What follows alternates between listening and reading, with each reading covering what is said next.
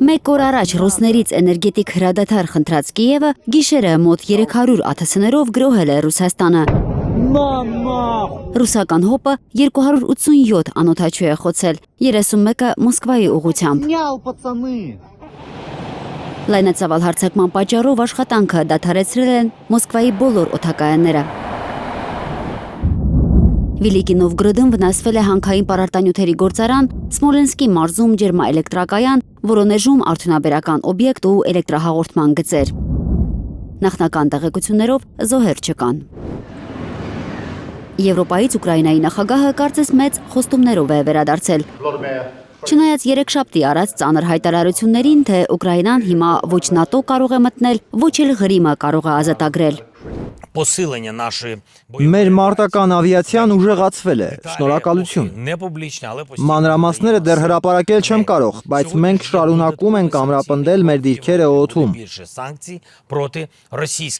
Միաժամանակ Եվրոպայում ուժեղացվում են պատժամիջոցները ռուսական տանկերային եւ նավթային ենթակառուցվածքների դեմ։ Կիևը նույնպես պատժամիջոցների փաթեթ է պատրաստում տանկերային նավատորմի դեմ։ Մի քանի օր եվրոպացիների հետ քննարկումներից հետո Կիևը Վաշինգտոն է ուղարկել իր պատասխանը ամերիկյան խաղաղության պլանին։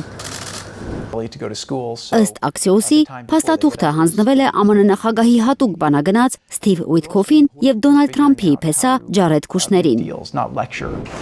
Ուկրաինացի պաշտոնյաների խոսքով իրենց պատասխանում առաջարկներ են ամենավիճահարույց հարցերի շուրջ, ռազմաճակատի գծերից մինչև Զապորոժիեի ատոմակայանի կարգավիճակ։ Այսօր առցանց կհանդիպեն ամերիկացի եւ ուկրաինացի բարձրաստիճան զինվորականները, քննարկելու ամերիկյան խաղաղության պլանի առանձին կետերը։ Մենք պատրաստում ենք կոալիցիայի հանդիպում։ Ավելի քան 30 երկիր համագործակցում է Ուկրաինայի հետ ցամաքում, օդում եւ ծովում անվտանգությունն ապահովելու համար։ Հաջորդ շաբաթ կհամակարգենք մեր ջանքերը Եվրոպայի հետ երկկողմ ձևաչափերով։ Հաջորդ շաբաթ հնարավոր է Զելենսկին նաև ամերիկացիների հետ հանդիպի Եվրոպայում։ Մեծ Բրիտանիայի, Ֆրանսիայի եւ Գերմանիայի առաջնորդները Թրամփին առաջարկել են հանդիպել շաբաթավերջին Զելենսկիի հետ հետագա քայլերը քննարկելու համար։ Բայց նախ Վաշինգտոնը պետք է հասկանա, թե ինչպես է փոփոխվել սեղանին դրված փաստաթուղթը։ Կտեսնենք, թե ինչ կլինի։ Սպասում ենք պատասխանների նախքան առաջ շարժվելը։